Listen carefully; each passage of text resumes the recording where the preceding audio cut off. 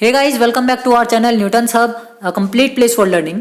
सो guys, last video में हमने बात करी थी हाइड्रोकार्बन के टॉपिक होमोलॉगस सीरीज को लेकर के, और इस वीडियो में हम आज डिस्कस करेंगे एल्केन्स क्या होती हैं, एल्केन्स की प्रॉपर्टीज क्या होती हैं, फिजिकल या केमिकल प्रॉपर्टीज के बेसिस पर उनको क्लासिफाइड भी हम करेंगे। तो चलिए वीडियो को स्टार्ट करते हैं।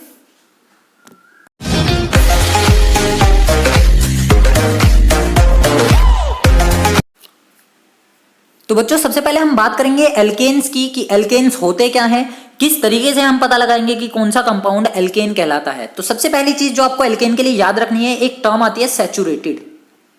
सैचुरेटेड टर्म का मतलब होता है all valencies of the central atom are completely filled. अगर किसी सेंट्रल एटम की, मान लीजिए सपोज मैं कार्बन की बात कर रहा हूं, और अगर इसकी सारी वैलेंसी यानी कि जो 4 वैलेंसी है वो कंप्लीटली फिल्ड है। कंप्लीटली फिल्ड होने का मतलब मान लीजिए ए बी डी ई, मैंने 4 एलिमेंट 4 एटम इसके ऊपर अटैच कराए हुए हैं, तो इसका मतलब है कि चारों वैलेंसी कंप्लीट है। इट मींस ये सैचुरेटेड कंपाउंड है।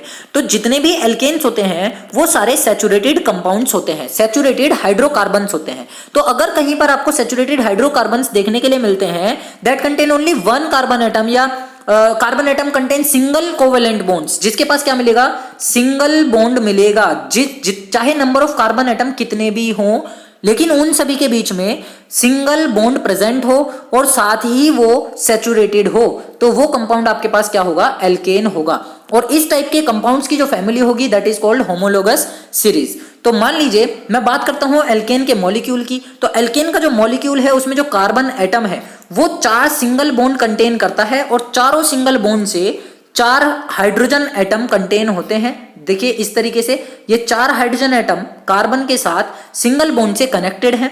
तो इसी वजह से इसको हम बोलते हैं एक सैचुरेटेड कंपाउंड। कौन सा कंपाउंड बोल रहे हैं हम इसको, सैचुरेटेड कंपाउंड। और क्योंकि सिंगल बॉन्डेड है इसी वजह से ये क्या होगा, एक एल्केन होगा। और जनरल फॉर्मूला हमने देखा भी था, अगर आपने अभी तक होमोलोगस सीरीज की वीडियो नहीं देखी है तो उसका लिंक आपको डिस्क्रिप्शन बॉक्स में मिल जाएगा। सबसे पहले आप होमोलोगस सीरीज की वीडियो को देखिएगा, उसके बाद आपके सारे डाउट्स क्लियर हो जाएंगे। तो यहां पर जो एल्केन्स का जनरल फॉर्मूला हमने पढ़ा था दैट इज CnH2n+2, लेकिन कंडीशन ये थी कि नंबर ऑफ कार्बन एटम हमेशा ही ग्रेटर देन होना चाहिए 1 से, या फिर इक्वल टू होना चाहिए 1 के। क्योंकि अगर आप कार्बन का नंबर 0 रखेंगे तो कोई भी हाइड्रोकार्बन कंपाउंड आपको नहीं मिलेगा। हाइड्रोकार्बन कंपाउंड के लिए कंडीशन थी कि वहां पे नंबर ऑफ कार्बन एटम और number of hydrogen atom present होने चाहिए, यानी कि that compounds which contains carbon as well as hydrogen are called hydrocarbons.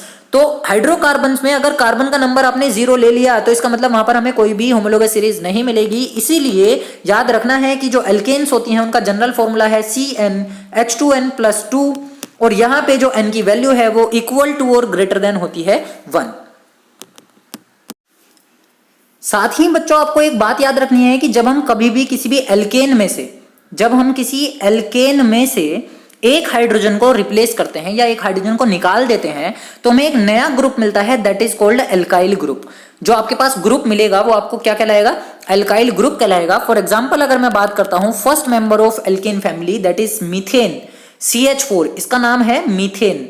अगर मैं इस मीथेन में से एक H निकाल दूं, मान लीजिए सपोज मैंने कहा है एक H आप रिमूव करा दीजिए, तो आपके पास जो कंपाउंड होगा दैट इज CH3, और सिंगल वैलेंसी कार्बन की खुल जाएगी। तो उसको मैं इस तरीके से रिप्रेजेंट कर देता हूं। ये जो वैलेंसी यहां पर मैंने बनाई है दैट इज कार्बन की वैलेंसी है, तो आप इसको ऐसे भी लिखा हुआ देख सकते हैं बुक्स के अंदर, सिंगल बॉन्ड CH3। तो देखिए जब मैंने एक एल्केन के अंदर से, जब मैंने एक एल्केन में से एक H को रिप्लेस किया तो मुझे एक ग्रुप मिला दैट इज कॉल्ड CH3। ये जो CH3 ग्रुप है इसका नाम हो जाता है मिथाइल। तो आपको ये याद रखना है, जब किसी भी कंपाउंड में से, जब किसी एल्केन में से एक H हटेगा तो ये एन हटेगा और आइल जुड़ जाएगा, यानी ANE को रिमूव करना है, YL को जोड़ना है। तो इस तरीके से हम इसको याद रखेंगे कि मीथेन, जैसे कि मेरे पास ये एल्केन है, एल्केन में से एक H आप रिमूव करने वाले हैं तो एन ग्रुप हटेगा और उसकी जगह जुड़ जाएगा एल्क, एज इट इज बना रहने वाला है, और ये YL जुड़ जाएगा। तो देखिए जो नंबर ऑफ एल्क, यहाँ पे जो एल्क लिखा है ये क्या होता है, नंबर ऑफ कार्बन एटम होता है। एल्क का मतलब होता है नंबर ऑफ कार्बन एटम, और जो पीछे का होता है एन या फिर इन या फिर आइन या फिर आइल, जितने भी ग्रुप ये पीछे वाले होते हैं जिनको हम बोलते हैं प्रीफिक्स। तो ये जो पीछे का एरिया होता है जिसके पीछे ये एन इन आइन लगा होता है, इससे हमें पता चलता है कि वो कंपाउंड सैचुरेटेड है या अनसैचुरेटेड है। इट मीन सिंगल बॉन्डेड है या डबल बॉन्डेड है। तो एल्क का मतलब है number of carbon atom present in the compound, और एन इन आइन से हमें पता चलेगा उसके फंक्शनल ग्रुप के साथ उसके सिंगल बॉन्ड का और डबल बॉन्ड के कैरेक्टर का। तो जनरल फॉर्मूला के बाद बात आ जाती है हमारे पास रूल्स की for the naming of the alkanes, कि हम किसी भी एल्केन को उसका नाम कैसे देंगे। उसके लिए कुछ रूल्स हैं जो आपको याद रखने होंगे। इसमें सबसे पहला रूल होता है find the longest carbon chain. आपको केवल ये सबसे लंबी कार्बन चेन को चूज आउट करना है। फर्स्ट रूल आपका यही होता है। मान लीजिए आपके पास कोई भी एक इस टाइप का कंपाउंड दे देगा, इस टाइप से एक स्ट्रक्चर आपको दे रखी है, तो उस टाइप की स्ट्रक्चर में आपको ये देखना है कि आप किस तरीके से सबसे ज्यादा नंबर ऑफ कार्बन एटम को काउंट कर सकते हैं। तो काउंट करने के लिए क्या करेंगे, आप ये देखिए कि आप एक चेन पकड़ लीजिए, आप किसी भी एक एंड पॉइंट से स्टार्ट हो जाइए। सपोज मैं यहां से इधर से चलना स्टार्ट करता हूं, तो कार्बन 1 2 3 4 5 इस तरीके से मेरे पास total number of carbon atom आते हैं 5। तो अब मैं दूसरे तरीके से देखूंगा, दूसरा तरीका मेरे पास क्या होगा कि 1 2 3 4 5 इस तरीके से भी मेरे पास नंबर ऑफ कार्बन एटम आते हैं 5। लेकिन अगर मैं बात करूं इधर से चलने की, तो देखिए 1 2 3, तो यहां पर मेरे पास नंबर ऑफ कार्बन एटम कितने आते हैं 3। तो जो सबसे लॉन्गेस्ट चेन मेरे पास आने वाली है वो आने वाली है 5 कार्बन एटम की। तो 5 कार्बन एटम की लॉन्गेस्ट चेन को आप कंसीडर कर लीजिए। वो आप पर डिपेंड करता है कि आप उसको स्ट्रेट लेते हैं या फिर इस तरीके से ब्रांच्ड चेन में लेते हैं। इस बात से कोई फर्क नहीं पड़ता, बस हमें ये देखना है कि लॉन्गेस्ट कार्बन चेन आनी चाहिए, यानी कि maximum number of carbon atom chain के अंदर आ जाने चाहिए।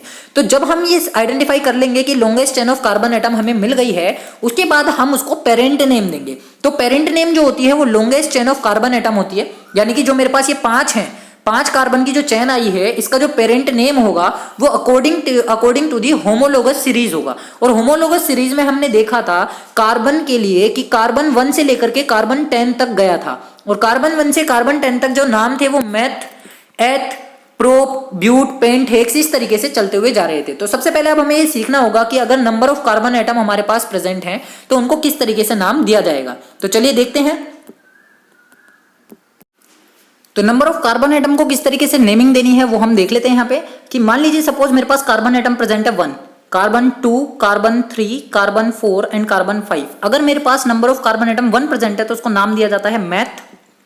अगर 2 है तो उसको नाम दिया जाता है एथ, 3 है तो उसका नाम आता है प्रोप, 4 है तो उसका नाम आता है ब्यूट, 5 है तो इसका नाम आता है पेंट। तो इस तरीके से हम याद रखेंगे कि अगर नंबर ऑफ कार्बन एटम 1 है तो उसका नाम होगा मैथ, 2 है तो नाम होगा एथ, 3 है तो प्रोप, 4 है तो ब्यूट, 5 है तो पेंट। सिमिलरली अगर नंबर ऑफ कार्बन एटम है 6 तो उसका नाम हो जाता है hex. Number of carbon atom है 7 तो उसका नाम हो जाता है hept. Number of carbon atom है 8 तो उसका नाम हो जाता है ओक्ट। अगर कार्बन है 9 तो उसका नाम हो जाता है नोन, और कार्बन है 10 तो उसका नाम हो जाता है डेक। तो इस तरीके से हम किसी भी होमोलोगस सीरीज में present number of carbon atom को याद रखेंगे और इन्हीं के बेसिस पर हम उन्हीं के नेम बनाएंगे। यानी कि जो पेरेंट नेम दिया जाना है किसी भी चेन को जो पेरेंट नेम दिया जाना है वो number of the carbon atom के बेसिस पर दिया जाना है, which are consider as a longest chain. तो मान लीजिए अगर किसी भी लॉन्गेस्ट चेन में 9 कार्बन एटम आते हैं तो उसकी जो पेरेंट चेन होगी वो नॉन कार्बन एटम की होगी। अब वो डिपेंड करता है, क्योंकि हम एल्केन पढ़ रहे हैं तो एन का मतलब है हम सिंगल बॉन्डेड स्ट्रक्चर्स को पढ़ रहे हैं। इसका मतलब वहां पर जो नेमिंग आने वाली होगी वो नॉन एन आने वाली होगी। तो बच्चों आप लोगों को ये याद रखना होगा कि कार्बन 1 से लेकर कार्बन 10 तक के जो नाम है वो किस तरीके से रिप्रेजेंट किए जाएंगे। तो जो हमारे पास यहाँ पर लॉन्गेस्ट चेन आई है दैट इज 5 कार्बन एटम की, वो 5 कार्बन एटम की लॉन्गेस्ट चेन का पेरेंट नाम हमें मिल गया है, क्योंकि जब कार्बन 5 प्रेजेंट होते हैं तो वहां पर नाम आता है पेंट। और क्योंकि ये सारे सिंगल बॉन्डेड हैं, हम एल्केन्स की बात कर रहे हैं, तो उसका जो सफिक्स होगा दैट इज एन। तो पेंट एन, पेरेंट चेन का नाम हमें मिल गया है पेंटेन। अब ये पेंटेन जो हमें मिला है, इसके अलावा भी यहाँ पर एक ग्रुप बचा हुआ है CH3 जो कंसीडर नहीं हुआ है लॉन्गेस्ट चेन में। अभी हमें देखना होगा कि जो कार्बन एटम लॉन्गेस्ट चेन में नहीं आएंगे उनको हम क्या बोलते हैं और उनको नाम किस तरीके से दिया जाना है। तो बच्चों अब हमें यह देखना होगा कि जब हम सबसे लॉन्गेस्ट चेन को कंसीडर कर चुके हैं तो उसमें नंबरिंग आपको देनी होगी। नंबरिंग देने का क्या मतलब है, number of each carbon atom आपको वहां पर प्लेस करना होगा। तो आपको करना क्या है कि जो कार्बन एटम नियरेस्ट है, बिल्कुल भी साइड चेन के बिल्कुल पास है, जो कार्बन एटम कंसिडर नहीं हुआ है लॉन्गेस्ट चेन में, उसके पास जो कार्बन एटम है वहीं से हमें नंबरिंग स्टार्ट करनी है। तो सपोज मान लीजिए कि मैंने नंबरिंग इस तरीके से दी हुई है 1 2 3 4 5, यहाँ से 1 2 3 4 5। तो मैंने नंबरिंग यहाँ से क्यों स्टार्ट करी, क्योंकि यहाँ पे मेरे पास एक ब्रांच बची हुई है जो कि लॉन्गेस्ट चेन में कंसीडर नहीं हो पाई है। तो आपको नंबरिंग उधर की साइड से ही देनी है जहां से ब्रांच आपकी पास पड़े। मान लीजिए सपोज मैं यहाँ से नंबरिंग देता अगर, तो 1 2 3 4 5, तो यहां से जो ब्रांच है वो मेरी 4th प्लेस पर आ रही है। लेकिन अगर मैं नंबरिंग देता हूं इधर से, जैसे कि 1 2 3 4 5 मैंने दी हुई है, तो यहां से ब्रांच आती है मेरे पास दूसरी प्लेस पे।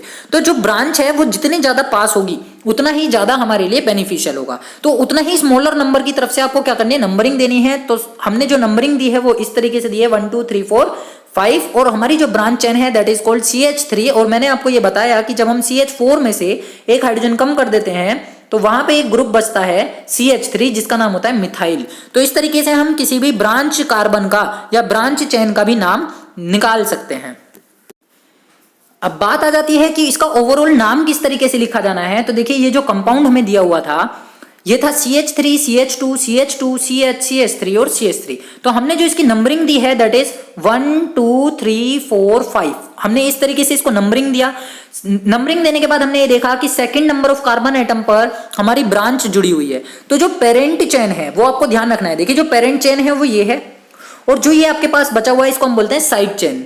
तो नाम देने के लिए, आईपैक नेम देने के लिए आपको याद रखना होगा, पहले हमें लिखना होता है साइड चेन को और फिर उसके पीछे लिखना होता है पेरेंट चेन को।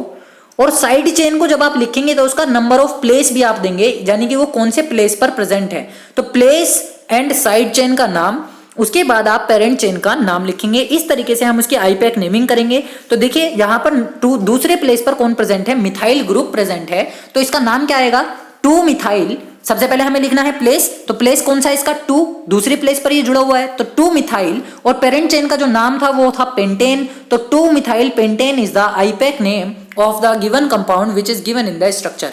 तो इस तरीके से आप किसी भी कंपाउंड का आईपैक नेम बना सकते हैं, चाहे उसमें कितने भी number of carbon atom present हो। आपको क्या ढूंढना है, एक तो longest chain of carbon atom ढूंढनी है।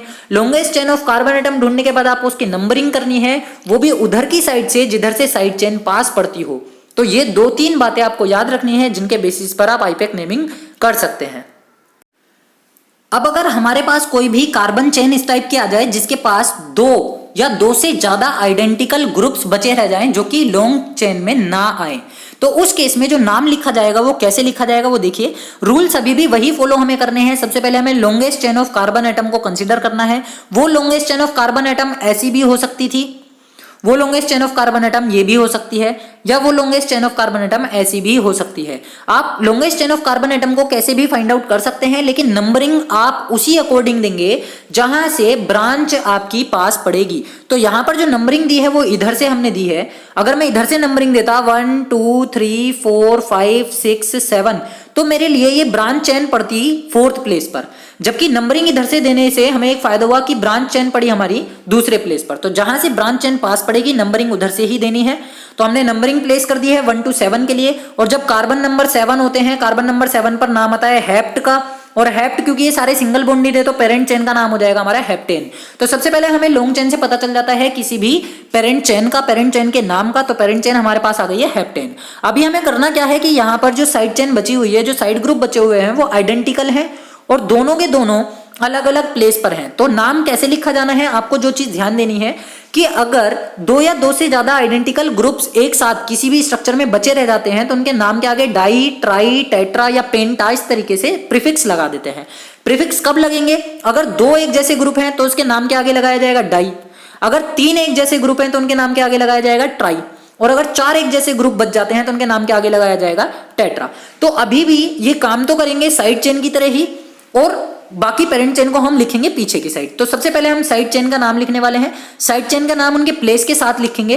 तो प्लेस कौन कौन सा है, देखिए एक तो दूसरे प्लेस पर है और एक चौथे प्लेस पर है। तो इसको हम इस तरीके से नहीं लिख सकते कि 2 मिथाइल 4 मिथाइल। अगर आपके दिमाग में ऐसा कुछ चल रहा है तो वो गलत होगा, क्योंकि एक ही जैसे ग्रुप को हम 2 बार नहीं लिखेंगे, केवल उनकी पोजीशंस को लिख करके उनके नाम के आगे क्या लगा देंगे, डाई लगा देंगे। तो इसका नाम जो लिखा जाएगा वो ऐसे लिखा जाएगा कि दूसरे प्लेस पर है एक तो मिथाइल ग्रुप और एक चौथे प्लेस पर है, तो 2, 4, फिर आप लगाएंगे हाइफन, नंबर्स के बीच में कभी भी हाइफन्स यूज नहीं होगा, केवल और केवल कोमा यूज होगा। लेकिन नंबर से जैसे ही आप नाम के पास आएंगे, नंबर से नाम के बीच में हमेशा ही हाइफन लगाया जाएगा। तो 2,4 हाइफन, साइड चेन का नाम था मिथाइल, तो मिथाइल को हमने एक ही बार लिखना है और ये एक ही नाम दो प्लेस पर लिखा गया है, इसलिए आइडेंटिफाई कराता है कि इसके दो ग्रुप जुड़े हुए हैं। तो 2,4 मिथाइल, और पेरेंट चेन का नाम क्या था हमारे पास, पेंटेन। तो 2,4 methyl pentane is the IUPAC name of the given formula. Sorry, pentane नहीं, हेप्टेन, क्योंकि यहां पर नंबर ऑफ कार्बन एटम कितने थे, 7 थे, तो यहां पर नाम क्या आएगा, हेप्टेन। तो 2,4 methyl heptane is the IUPAC name of the given formula. तो इस तरीके से अगर किसी भी ग्रुप के अंदर, किसी भी फॉर्मूला के अंदर दो या दो से ज्यादा आइडेंटिकल ग्रुप प्रेजेंट होते हैं तो आपको डाई, ट्राई, टेट्रा, पेंटा प्रीफिक्स का यूज करना है। तो जैसा कि मैं आपको बता चुका हूं, कुछ कॉमन ब्रांचेस होती हैं यहाँ पे आईपैक नेम में। आईपैक नेम लिखने के लिए जो आपको स्ट्रक्चर्स मिलेंगी, वहां पे जो कॉमन ब्रांचेस होती हैं वो या तो ये होती है CH3 या फिर ये होती है CH3 CH2। इसके प्लेस पर इस तरीके से भी लिखी हो सकती है C2H5। तो ये जो कॉमन ब्रांचेस हैं जो कहीं भी आपको किसी भी आईपैक नेम में मिल सकती हैं, तो आपको ध्यान रखना है इनका नाम क्या होता है। CH3 का मतलब क्या है, देखिए इसकी एक वैलेंसी खाली है, ये जो यहाँ पर साइन बना हुआ है इसका मतलब ये हुआ कि इसकी एक साइड खाली है, यानी कि इसकी एक वैलेंसी खाली है, ब्लैंक है।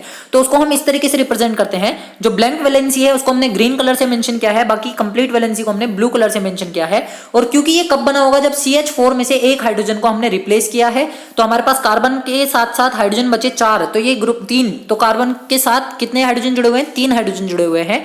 That is why it is called methyl group. Similarly अगर मैं बात करता हूं इस ग्रुप की, तो ये कब बना होगा, जब C2H6 में से एक हाइड्रोजन कम हुआ, तो ये ग्रुप बना C2H5। और उसको मेंशन करने का तरीका है, या तो आप ऐसे लिखेंगे CH3 CH2 या फिर C2H5। अगर मुझे इसकी स्ट्रक्चर बनानी हो तो सबसे पहले मैं दोनों कार्बन एटम्स को कंबाइन करूंगा सिंगल बॉन्ड से, फिर इनकी सारी सिंगल वैलेंसीज को खोलूंगा, उनके ऊपर हाइड्रोजन के नंबर जोड़ूंगा। तो हाइड्रोजन हमारे पास टोटल कितने हैं, 3 to 5। तो 1 2 3 4 5, आपके पास क्या रह गया है, एक वैलेंसी यहाँ पर खाली रह गई है। तो ये जो खाली वैलेंसी है, इससे हमें पता चलता है कि ये एल्केन नहीं है बल्कि एल्काइल ग्रुप है। और क्योंकि ये इथेन से बना था, that's why it is called ethyl group. इसका नाम क्या आने वाला है, इथाइल, इसको हम बोलेंगे इथाइल ग्रुप। तो आपको ये बातें याद रखनी है, जब कभी भी हम आईपैक नेमिंग देंगे तो वहां पर दो कॉमन ब्रांचेस होती हैं जो CH3 या CH3 CH2 की तरह काम करती हैं। तो उनके प्रीफिक्स जो होंगे दैट इज कॉल्ड मिथाइल और इथाइल, उनके लिए जो साइड चेन का नाम आएगा उसको हम मिथाइल और इथाइल से रिप्रेजेंट करेंगे। चलिए एक नेमिंग एग्जांपल देख लेते हैं इसी बेसिस पर। यहां पर आपको एक स्ट्रक्चर दी हुई है that is CH3 CH2 CH CH2 CH CH3, और यहां पर दो ब्रांच जुड़ी हुई हैं C2H5 और CH3। तो आपको सबसे पहले longest chain of carbon atom को आइडेंटिफाई करना है। तो मैंने कहा ये मेरे पास एक longest chain of carbon atom है जिसके अंदर कार्बन प्रेजेंट है 1 2 3 4 5 6, 6 कार्बन एटम प्रेजेंट हैं। और मुझे नंबरिंग उधर से करनी है जिधर से ये साइड चेन पास पड़ेगी। तो यहां देखिए, अगर मैं लेफ्ट से राइट जाता हूं तो ये थर्ड प्लेस पर है, और अगर मैं राइट से लेफ्ट जाता हूं तो ये सेकंड प्लेस पर है। तो मेरे लिए ये कन्वीनियंट होगा कि मैं राइट से लेफ्ट की तरफ नंबरिंग करूं। तो मेरे पास ये नंबरिंग हो गई है 1, ये 2, ये 3, ये 4, ये 5 एंड ये 6। अब जब मेरे पास नंबर ऑफ कार्बन एटम आ गए हैं 6, तो मुझे पता चल गया पेरेंट चेन का नाम 6 पर होता है हेक्स, तो नाम आ गया हेक्सेन। मेरे को पेरेंट चेन का नाम मिल चुका। अब मुझे करना है कि साइड चेन का नाम लिखना है। साइड चेन कौन सी, जो कि ब्रांच चेन कहलाती है। ब्रांच चेन के नाम के साथ साथ हमें पहले ये देखना होगा कि ये आइडेंटिकल हैं या दोनों डिफरेंट हैं। अगर ये आइडेंटिकल होंगी तो केवल इनके प्लेस को लिख करके हम इनका नाम एक ही बार लिखेंगे, लेकिन अगर ये डिफरेंट है तो इनका नाम दोनों बार अलग अलग लिखा जाएगा। तो दूसरे प्लेस पर कौन है, मिथाइल ग्रुप, और चौथे प्लेस पर कौन है, इथाइल ग्रुप। तो देखिए इस चीज को बहुत ध्यान से समझिएगा। सेकंड प्लेस पर है मिथाइल METHYL, और फोर्थ प्लेस पर है इथाइल ETHYL। अब ये दोनों ग्रुप के जो नाम है वो अलग अलग हैं, लेकिन हमें यहां पर जो नेमिंग रखनी होती है वो अल्फाबेटिकली ऑर्डर में रखनी होती है। और अल्फाबेटिकली अगर मैं कहूं आपसे, तो आप क्या बताएंगे कि इथाइल ग्रुप पहले आएगा या मिथाइल ग्रुप। तो अल्फाबेट्स में E पहले आता है और M बाद में आता है। ये रूल आपका यहां पर ऐड हो जाएगा कि अल्फाबेटिकली ऑर्डर में ही आपको साइड चेन का नाम प्लेस करना होगा। तो पहले हम इथाइल ग्रुप लिखेंगे, फिर उसके बाद मिथाइल ग्रुप लिखेंगे। इस बात से मतलब नहीं होगा कि वो दूसरे प्लेस पर है या चौथे प्लेस पर है। आपको यहां पर अल्फाबेट का ऑर्डर याद रखना है। अल्फाबेटिकली ऑर्डर के अकॉर्डिंग हम इसे लिखेंगे। ये फोर्थ प्लेस पर था इथाइल, तो इसका नाम आएगा 4 इथाइल। इसको हम लिखेंगे 4 इथाइल, बीच में आएगा हाइफन कोमा। 4 इथाइल के बाद कोमा की जगह आप हाइफन भी यूज कर सकते हैं यहाँ पे। तो 4 इथाइल के बाद क्या आने वाला है, मिथाइल, M ग्रुप आएगा, तो ये दूसरे प्लेस पर है, तो 2 मिथाइल। तो ये हो गया 4 इथाइल 2 मिथाइल, और लास्ट आपके पास बचती है ये पेरेंट चेन, और पेरेंट चेन का नाम है हेक्सेन। तो HEXANE is the IUPAC name. तो 4 इथाइल और 2 methyl hexane is the IUPAC name of the given formula. तो आपको ये बात ध्यान रखेंगे कि अगर साइड चेन डिफरेंट है, एक जैसी नहीं है, तो वहां पर हम उनको अल्फाबेट के ऑर्डर के साथ लिखेंगे, ना कि उनकी पोजीशन के बेसिस पर। पोजीशन चाहे कोई सी भी हो, हमें केवल उनका अल्फाबेटिकली ऑर्डर चेक करना है कि अल्फाबेट्स में कौन सा साइड चेन का नाम पहले आता है।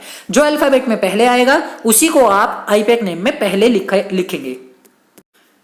तो चलिए, इस एल्केन का नाम हमें लिखना है, ये आपको एक स्ट्रक्चर यहाँ गिवन है। तो इस स्ट्रक्चर में सबसे पहला रूल जो था वो फॉलो करेंगे, लॉन्गेस्ट चेन। आपको क्या करना है, longest chain of carbon atom को कंबाइंड मतलब कि देखना है, लेकिन आपको रिपीट नहीं करनी है कोई भी चेन। तो हमने क्या किया, या तो मैं ऐसे जाने वाला हूं 3 कार्बन को कंसीडर करूंगा, या मैं ऐसे जाने वाला हूं 3 कार्बन को कंसीडर करूंगा, या फिर मैं ऐसे भी जा सकता हूं कि ऐसे गया और ऐसे आ गया, तो ये भी 3 कार्बन को मैं कंसीडर करूंगा, या ऐसे भी मैं कंसीडर कर सकता हूं तो भी 3 कार्बन आएंगे। तो कुल मिलाकर के मैं ये कहूंगा, जो हमारे पास रिजल्ट निकल के आता है कि कुल मिलाकर के लॉन्गेस्ट चेन के लिए 3 कार्बन ही कंसीडर किए जा सकते हैं।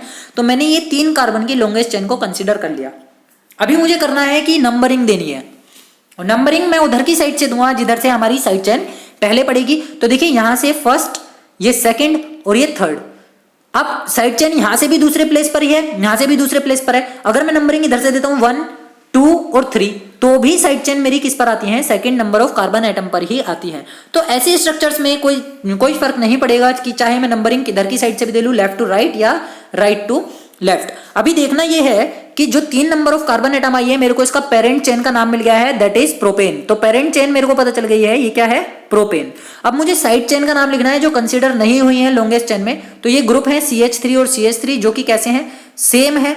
और ये मैंने अभी आपको बताया कि अगर 2 या 2 से ज्यादा ग्रुप एक जैसे एक ही स्ट्रक्चर के अंदर आ जाएं तो उनके नाम के आगे डाई, ट्राई और टेट्रा लगा दिया जाता है। तो यहां पर ये कंफर्म है कि डाई लगाना है, लेकिन डाई कब लगेगा, किसके नाम के आगे लगेगा, वो हमें ध्यान देना होगा, क्योंकि ये साइड चेन है और साइड चेन सिमिलर है और 2 बार प्रेजेंट है, इसलिए डाई भी हम साइड चेन के नाम के आगे लगाएंगे। लेकिन उससे पहले इसकी पोजीशन को हमें मेंशन करना होगा। तो पोजीशन थी second number of carbon atom, तो मैं इसका नाम लिखूंगा 2,2 अब मैं मिथाइल ग्रुप का नाम लिखने वाला हूं, लेकिन उससे पहले क्या लगाऊंगा, डाई, क्योंकि ये 2 बार प्रेजेंट है। तो डाई मिथाइल, तो ये हो गया हमारे पास 2,2 डाई मिथाइल। और जो लॉन्गेस्ट चेन थी दैट इज प्रोपेन, तो 2,2 di methyl propane is the IUPAC name of the given structure. तो इस तरीके से आप किसी भी गिवन स्ट्रक्चर का आईपैक नेम इजीली लिख सकते हैं, लेकिन उसके लिए आपको ये 3 जो रूल थे, लॉन्गेस्ट चेन आपको चाहिए, दूसरी चीज नंबरिंग उधर से करनी है जिधर से साइड चेन पास पड़ेगी, तीसरी चीज साइड चेन का नाम अल्फाबेटिकली ऑर्डर में रखना है और उनकी पोजीशंस को प्लेस करना है, तभी जाकर के आप आईपैक नेम लिख पाएंगे। और इसी टाइप से कोई भी स्ट्रक्चर आपको क्वेश्चन में गिवन हो सकती है, तो आप इजीली उसका आईपैक नेम लिख सकेंगे। गाइज, अगर आपको ये वीडियो पसंद आई तो इस वीडियो को लाइक कीजिएगा, शेयर कीजिएगा और हमारे चैनल को सब्सक्राइब करना ना भूलें। अगर आप इस चैनल पर फर्स्ट टाइम आए हैं तो बेल आइकन को प्रेस करना ना भूलें, ताकि आपको आने वाली हर वीडियो का नोटिफिकेशन मिलता रहे।